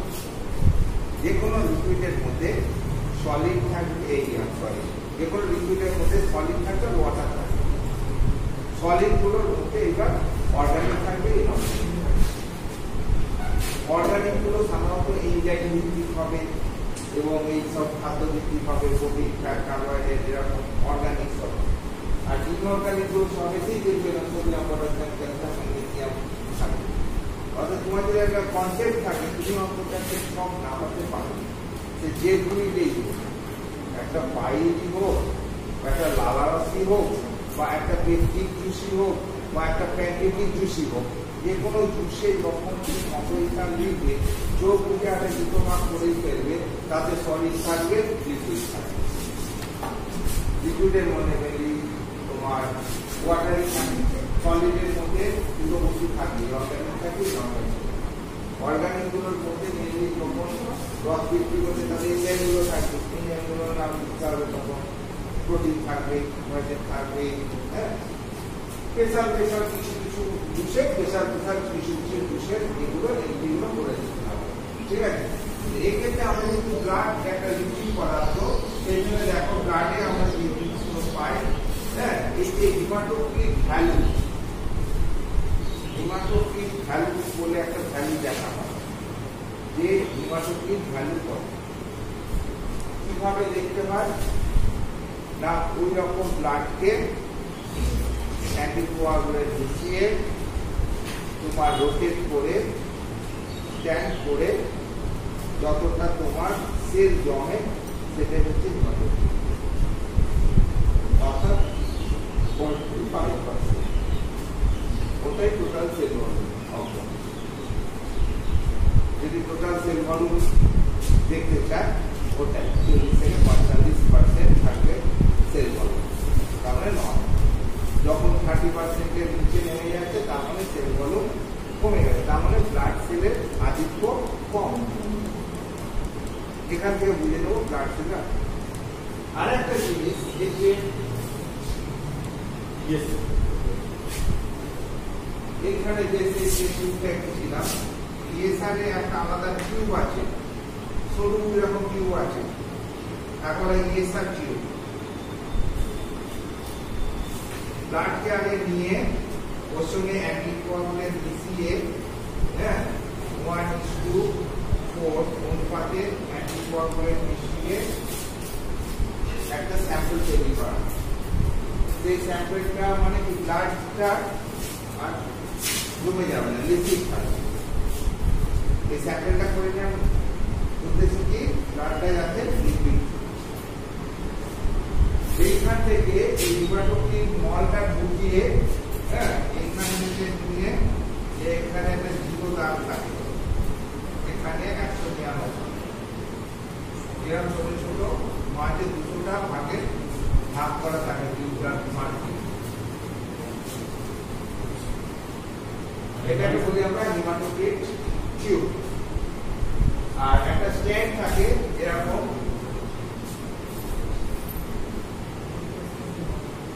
স্ট্যান্ডের মধ্যে এই টিউবটাকে তার মধ্যে রেখে দেওয়া।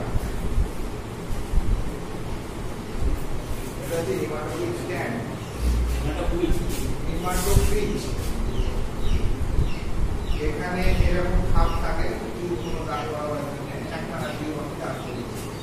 আগে একটা স্যাম্পল বানিয়ে নিয়েছি হিউম্যান থেকে। আমরা প্রথমে 0.5 ml মতো অ্যান্টিকোয়াগুলেন্ট নিয়েছি আর 2 ml ব্লাড নিয়েছি, তবে 1:4 অনুপাতে হয়ে গেল। এইবার যাকে নিচে একটা স্যাম্পল বানিয়েছি, সেই স্যাম্পলটার মধ্যে এই মলটা ঢুকিয়েছি, ঢুকে এই মাঠে মুখ দিয়ে টানছি, টেনে রক্তটাকে জিরো দাগের মধ্যে দিচ্ছি।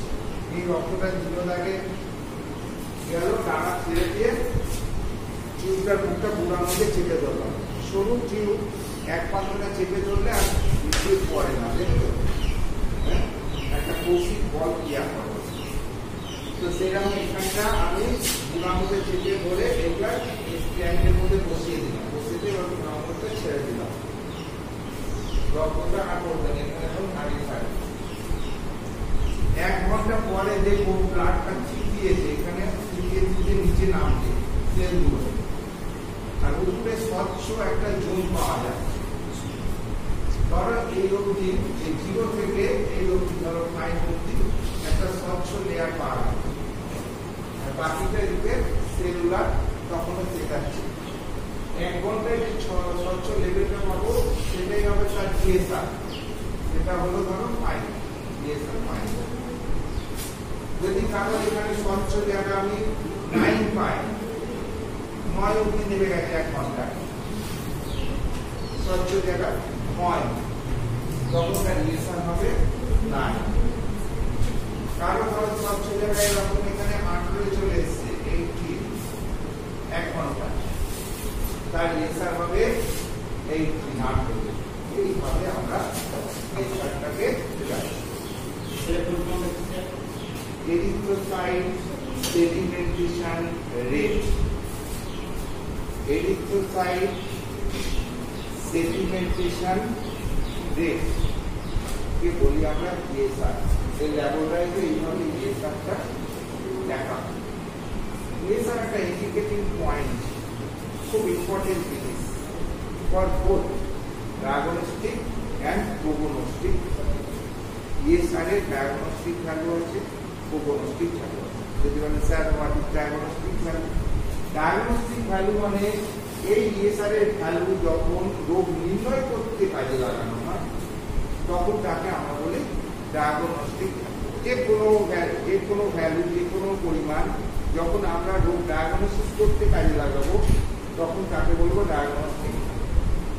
আর যখন প্রোগনোসিসে ওটা কাজে লাগাবো, প্রোগনোসিস ওয়ান প্রোগনোসিস মানে হচ্ছে কিউরেটিভ ইন্ডিকেশন, অর্থাৎ কতটা রোগী ভালো জায়গায় পৌঁছাচ্ছে তাকে বলি আমরা কিউরেটিভ। যেমন একটা উদাহরণ দিচ্ছি আমি, না উদাহরণ দিলে দেওয়া যায়। ধরো একটা রোগীর টিবি হয়েছে, খুব সিম্পল উদাহরণ। টিবি হয়েছে, টিবি হলে কি হয়, মাইক্রোব্যাকটেরিয়াম টিউবারকুলোসিসের জীবাণু যাবে। আমরা আগে টিবি পড়ে বলে টিউবারকুলোসিস পড়ানো হয়ে গেছে, কি আগে দেখি তারা মেনলি রেসপিরেটরি সিস্টেমকে এফেক্ট করে, তারপর সেখান থেকে শরীরের বিভিন্ন জায়গা এফেক্ট করতে পারে, সেলগ্রাম এফেক্ট করতে পারে, বোন এফেক্ট করতে পারে, পেরিটোনিয়াম এফেক্ট করতে পারে, ইউটেরাস এফেক্ট করতে পারে, সর্বত্র। কিন্তু ঘটনা যেটা টিউবারকুলোসিস হলে পরে তোমার ব্লাডের মধ্যে ইএসআর লেভেলটা বেড়ে যায়। তার মানে যখন আমি টিউবারকুলোসিস যখন ডায়াগনোসিস করছি তখন আমি রোগীটাকে কি দিচ্ছি না, স্পুটামটা টেস্ট করতে দিচ্ছি, ফর এএফবি স্পুটামটা এএফবি করতে দিচ্ছি, এক্স-রে দিচ্ছি একটা চেস্টের, আর ব্লাড দিচ্ছি, তার মধ্যে ভ্যালি ইএসআর। এখানে দেখছি এএফবি পজিটিভ, এক্স-রে তে দেখছি তোমার ক্যাভিটি রয়েছে, টিউবারকুলার ক্যাভিটি রয়েছে, আর ইএসআরটা দেখছি বেড়ে 22 হয়ে গেছে, 22-24-26। তাহলে রোগীটা টিউবারকুলোসিস এফেক্টেড হয়েছে, এবং রোগীর ডায়াগনোসিস হয়ে গেছে। এইবার তাকে আমরা ডট ট্রিটমেন্টে ফেলে দিয়েছি, ডাইরেক্ট অফ দ্য ট্রিটমেন্ট। সেখানে বিভিন্ন ওষুধ দিয়ে একটা প্যাকেজ বানানো আছে, সেই ওষুধ খাওয়ানো হয়। তো এটা খাওয়ানোর পরে মানে কি বলবো, 10-এর মধ্যে 2 থেকে 10-এর মধ্যে, মেয়েদের একটু বেশি 15 মিনিট, ঠিক আছে। তো ম্যাক্সিমাম ক্ষেত্রে দেবে 4, 5, 6 এরকম থাকে, পুরুষদের ক্ষেত্রে, মেয়েদের ক্ষেত্রে 8, 10 ইএসআর থাকে। এবার হচ্ছে কি, এই যে ইএসআরটা ধরো 22, ডায়াগনোসিস হয়েছে টিউবারকুলার এএফবি পজিটিভ, টিউবারকুলোসিস হয়েছে, ব্লাড চিকিৎসা হচ্ছে, 1 মাস ওষুধ খাওয়ানো হলো। এইবার আবার কি এতগুলো টেস্ট করবো না, কিন্তু এখান থেকে ইএসআরটা 1 মাস বাদে ইএসআর দেখলাম ওর 18, তার মানে কমেছে, তাই তো? তার মানে ওষুধটা কাজ করছে। তারপরের মাসে আবার দেখলাম 12, তার মানে গুড গোয়িং, ভালো যাচ্ছে। তো এই যে ঘটনাটা, রোগ হলো তখন ডায়াগনোস, যখন ইএসআর হেল্প করলো, আবার যখন রোগের চিকিৎসা হচ্ছে তখন রোগটা কতটা ভালো হচ্ছে, ওষুধ খাবার কতটা ভালো হচ্ছে, সেইটা জানার জন্য যখন ওই জ্ঞানটাকে আমরা অ্যাপ্লাই করছি, তখন তাকে হচ্ছে প্রোগনোস্টিক টাইম। যেমন ধরো তোমার আর একটা রোগ দেখবে ডেঙ্গু, DENGU খুব হচ্ছে এখন। ডেঙ্গু ক্ষেত্রে যখন আমরা হিমাটোলজিক্যাল অ্যানালিসিস করছি, সেখানে দেখতে পাচ্ছি এই যে প্লেটলেট কাউন্টটা, এই যে এখানে যে 3 ধরনের করে সেখানে 2 থেকে 4 লাখ প্লেটলেট কাউন্ট, এই কাউন্টটা ড্রাস্টিক্যালি ডিমিনিশ হয় ইন ডেঙ্গু। তো ডেঙ্গু যখন আমি তোমার অ্যান্টিজেন অ্যান্টিবডি রিঅ্যাকশন করার সঙ্গে সঙ্গে আমি ব্লাডের রিপোর্টও দেখি, তো ব্লাডের অ্যান্টিবডি অ্যান্টিজেন রিঅ্যাকশনটা 1400-1500 খরচা আছে, আর একটা প্লেটলেট কাউন্ট করতে 10 টাকার মধ্যে 50 টাকা। তো আমি তো প্রথমে ডায়াগনোসিস সময় করেছি যে ডেঙ্গু পজিটিভ, এবার ডেঙ্গু চিকিৎসা চলছে, প্রতিদিন আমাকে কি দেখতে হচ্ছে, প্লেটলেট কাউন্টটা দেখতে হচ্ছে। প্রথমে যখন চিকিৎসা শুরু করেছিলাম প্লেটলেট কাউন্ট ছিল 80,000 পার কিউবিক মিলিমিটার অফ ব্লাড। প্রথম দিন চিকিৎসা হলো, দ্বিতীয় দিন আমি আবার প্লেটলেট কাউন্ট দেখলাম, যেগুলো 1 লাখ হয়েছে,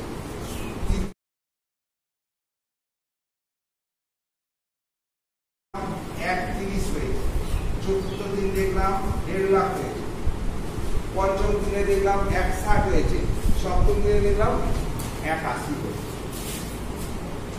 তখন ডিসচার্জ করেছে রোগীকে, আর হসপিটালে রাখার দরকার নেই, এবার বাড়িতে নিয়ে গিয়ে একে খাওয়াও, সেবা করো। এই যে প্রতিদিন প্লেটলেট কাউন্টটা আমি দেখছি ইচ অ্যান্ড এভরি ডে, রোগটা চিকিৎসা চলাকালীন তাকে দেখছি প্লেটলেট কাউন্ট। এই প্লেটলেট কাউন্টটা যখন আমি ডায়াগনোসিস করেছিলাম কমে গেছিল, সেইটা দেখে আমি ডায়াগনোসিস করেছিলাম, এইবার তার ওষুধ খাওয়াচ্ছি, এই প্লেটলেট কতটা বাড়ছে সেটা দেখে আমরা রোগের কতটা আরোগ্য হচ্ছে সেইটা আমরা নিচ্ছি। তাতে কি হচ্ছে, এই ঘটনাটাকে বলছি আমরা প্রোগনোস্টিক। আর একটা লেভেল বলছি TSH in case of hypothyroidism. সবসময় তো আমি TSH করবো না, TSH করতে ধরো 2000-2200 টাকা খরচা হয়ে যাবে, ভালো ল্যাব থেকে করছি। তো একটা থাইরয়েড কেস, সেখানে আমি চিকিৎসা করছি। এবার সেখানে আমি যখন চিকিৎসা শুরু করেছিলাম, যদি হাইপারথাইরয়েডিজম হয় TSH লেভেলটা কমে যাচ্ছে, আর যদি হাইপোথাইরয়েডিজম হয় TSH লেভেলটা এই জন্য TSH কি করে, এর ফলন করে না বলো pituitary gland, thyroid stimulating hormone pituitary anterior lobe থেকে বেরোচ্ছে, তার আগে হাইপোথ্যালামাস রিলিজিং ফ্যাক্টর বার করছে, তার এগেইনস্টে TSH বেরোচ্ছে, সেই TSH থাইরয়েড গ্ল্যান্ডে আসছে, এসে থাইরক্সিন হরমোন মানে তৈরি করছে, T3 T4 তৈরি করছে, উৎপাদন করছে, ঠিক আছে, ব্লাডে নরমাল লেভেল থাকছে। আবার যখন একটু কমছে সঙ্গে সঙ্গে আবার পিটুইটারি TSH ছাড়ছে, আবার সে করছে, এইভাবে একটা ইকুইলিব্রিয়াম মেইনটেইন করছে, ঠিক আছে। যখন এই যে থাইরয়েড গ্ল্যান্ড বেশি পরিমাণে TSH T3 T4 উৎপন্ন করছে, তো ব্লাডের মাত্রাটা তো তাদের হাই থাকবে, T3 লেভেল হাই হবে, T4 লেভেল হাই হবে, মেনলি T3 T4 যেগুলো আছে সেগুলো হাই হবে। যখন পিটুইটারির ওখানে রক্তটা যাচ্ছে, যখন দেখবে T3 T4 এতটা বেশি হয়েছে, তখন ওর TSH নেগেটিভ ফিডব্যাক মেকানিজম আছে তো করবে, তখন ওর TSH-টা কম করবে না, কম করতে থাকবে, ফলে ব্লাডের মধ্যে TSH লেভেলটা কমে যাবে। যখনই দেখছি তার TSH লেভেল কম, তার মানে তার থাইরক্সিন হরমোন বেশি পরিমাণে ক্ষরণ হচ্ছে, তাই TSH লেভেল কম। আবার যখন ব্লাডের মধ্যে আমরা দেখছি TSH লেভেলটা বেশি, তার মানে থাইরয়েড গ্ল্যান্ড হাইপো ফাংশন করছে, অর্থাৎ ঠিকমতো হরমোনগুলো ক্ষরণ করছে না, সেই জন্য পিটুইটারি বেশি করে TSH ছাড়ছে, যেহেতু ওদের লেভেলটা ব্লাডে কম আছে, বুঝতে পেরেছো? তো এইরকম সবসময় আমরা EFT না করে শুধু TSH লেভেলটা দেখে নিই। ওষুধ এগুলো তো দীর্ঘমেয়াদী চিকিৎসা হয়, হাইপো বলো হাইপারি বলো, এগুলো চিকিৎসাগুলো দীর্ঘমেয়াদী করতে হয়, আর মাঝে মাঝে টেস্টিফাই মানে প্রোগনোসিস করার জন্য আমরা শুধু অল্প কিছু না দেখে TSH লেভেলটা শুধু দেখে নিয়ে রিয়েলাইজ করে যে রোগীটা এই পথে যাচ্ছে, রোগীটা এই পথে যাচ্ছে, সেই অনুযায়ী ফার্দার মাত্রাটা আমরা নির্ণয় করি, কতটা পরিমাণে হরমোন দেবো, বুঝতে পেরেছো? তো এই ব্যাপারগুলোকে বলছি আমরা প্রোগনোসিস, যেটা বোঝাতে গিয়ে আমরা করেছিলাম অ্যানিমিয়া, বোঝাতে গিয়ে আমরা রক্তে এসেছি, রক্ত থেকে ESR এ গেছি, রক্তের ESR কিভাবে পাবে সেইটা করতে গিয়ে আমরা ডায়াগনোসিস প্রোগনোসিসে চলে গেছি, ঠিক আছে। তো আবার ব্যাক টু ব্যাকটেরিয়াল বিরাট আমরা হ্যাঁ, ওখানে ব্লাডে ওটা হচ্ছে ইনফেকশন রিলেটেড, যত বেশি ইনফেকশন হবে ওই লেভেলটা হাই থাকে। এবার আমি একটা অ্যান্টিবায়োটিক দিচ্ছি ইনফেকশনটাকে কমাবার জন্য, কতটা অ্যান্টিবায়োটিকটা এফেক্টিভ হলো সেটা জানতে আমি CRP লেভেলটা দেখে, যখন CRP লেভেলটা যতটা ছিল ডায়াগনোসিসের সময়, তারপরে 6 দিন অ্যান্টিবায়োটিক চালাবার পরে যখন দেখলাম CRP লেভেলটা অনেক নেমেছে, কারণ অ্যান্টিবায়োটিকটা ভালো চয়েস হয়েছে এবং ওর শরীরে ভালো থাকে, এই দ্যাট ইজ প্রোগনোসিস, ঠিক আছে, ভেরি গুড। এই একটা জিনিস দিয়ে আমরা প্রোগনোসিসে বিশাল আমাদের হেল্প করে, দ্যাট ইজ CRP। যাকে আমাদের এই হচ্ছে তথ্য হচ্ছে মেনলি অ্যানিমিয়া আমরা পড়াতে গেছি। অ্যানিমিয়া কেন হবে না, রক্তটা আমরা কেন এখানে দেখলাম, রক্তের মধ্যে হিমোগ্লোবিন বলে একটা কথা আছে, যেটা থাকে আরবিসির মধ্যে, কম্পোজিশনে যে আরবিসি পেয়েছিলাম আমরা, এই আরবিসি হচ্ছে একটা সেল যেটা রক্তে সবচেয়ে বেশি পরিমাণে থাকে, এবং এই সেলের মধ্যেই একমাত্র প্লাজমা জিনিসটা একটা সেলের মধ্যে প্লাজমা থাকে, তার নিউক্লিয়াস থাকে। তো এইখানে আরবিসির মধ্যে একটা সেল, তো আমরা সেল যখন পরিষ্কার করি এখানে একটা নিউক্লিয়াস আঁকতাম,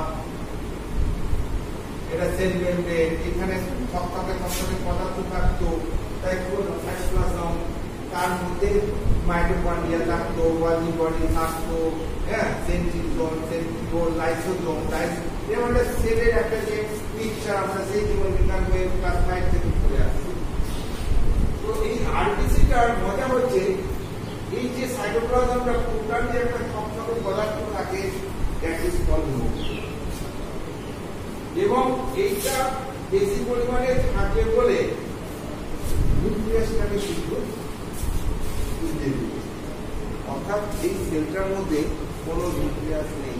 সব কিছু যদি দেয় যে একটা নন নিউক্লিয়েটেড সেলের নাম করে, তখন সেটা হলো আরবিসি। আরবিসিতে শুধু হিমোগ্লোবিন দিয়ে ভরা আছে। এরও কারণ আছে, কারণ আমাদের যে সবচেয়ে বেঁচে থাকার জন্য ভাইটাল যে জিনিসটা, যেটা 5 মিনিট অফ হয়ে গেলে চলে যাবে, সেটা হচ্ছে অক্সিজেন। অক্সিজেন যদি না যায় শরীরে, তবে শরীর কিন্তু বাঁচবে না। আর এই অক্সিজেনকে সেলের মধ্যে সেল টু সেল পৌঁছে দেওয়ার একমাত্র ক্ষমতা আছে এই আরবিসি। কেন না, এই আরবিসিটার মধ্যে এই যে টোটাল সাইটোপ্লাজম জুড়ে যে থকথকে বস্তুটা আছে, তার নামই হচ্ছে এই হিমোগ্লোবিন। এই হিমোগ্লোবিনের একটা প্রপার্টি আছে, এরা অক্সিজেনের সঙ্গে সহজে বন্ধুত্ব করতে পারে, আবার সহজেও ছাড়াছাড়ি করতে পারে। যেমন সহজে বন্ধুত্ব করে, তেমন সহজে ছাড়াছাড়ি করে। শুধু পরিবেশ আর পরিস্থিতির উপরে ডিপেন্ড করে। বুঝতে পেরেছ? এই যে আমরা কি করলাম, ইনহেল করলাম, বায়ুমণ্ডল থেকে অক্সিজেন পূর্ণ বায়ু নিলাম, সবই আছে বায়ুর যত এলিমেন্ট আছে। এটা কোথায় গেল? অ্যালভিওলের মধ্যে, লাংস অ্যালভিওলের মধ্যে। আর ওই অ্যালভিওলের গায়ে অসংখ্য ভেসেলস জালক আকারে রক্ত জালিকা, ওর মধ্যে অক্সিজেনের চাপ কম। এটা এ করেছি, লাংসের অ্যালভিওলের মধ্যে অক্সিজেনের চাপ বেশি। তখন ওই যে অ্যালভিওলের ওয়াল আর ভেসেলসের ওয়াল এক আছে সেমি পারমিয়েবল মেমব্রেন।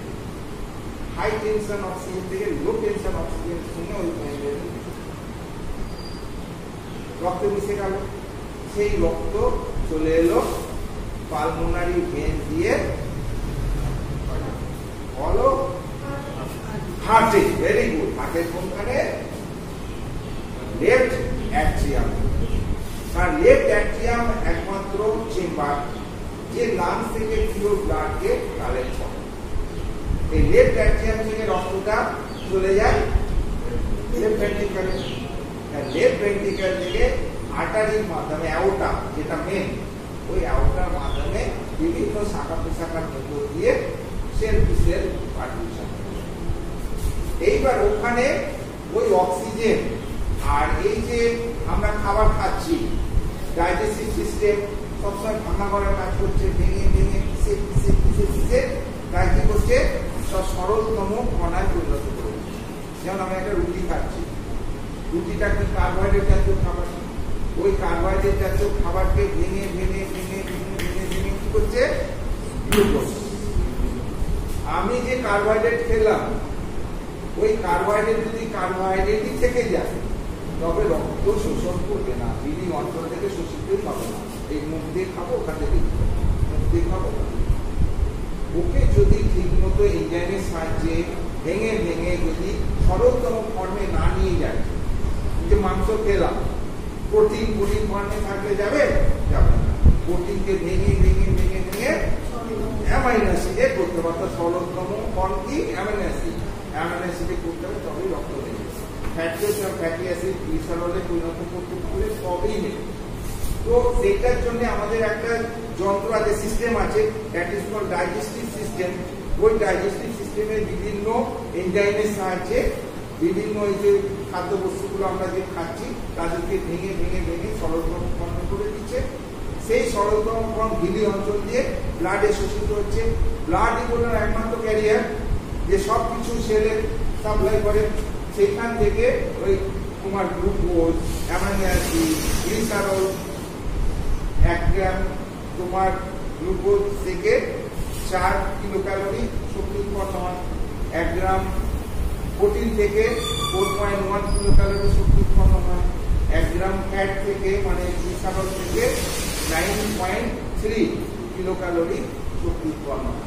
অর্থাৎ ওই শক্তিটা কিভাবে করে, যেখানে মেটাবলিজম করছে, ওই মেটাবলিজম করতে কে সাহায্য, অক্সিজেন। উইদাউট অক্সিজেন ওই মেটাবলিজম হবে।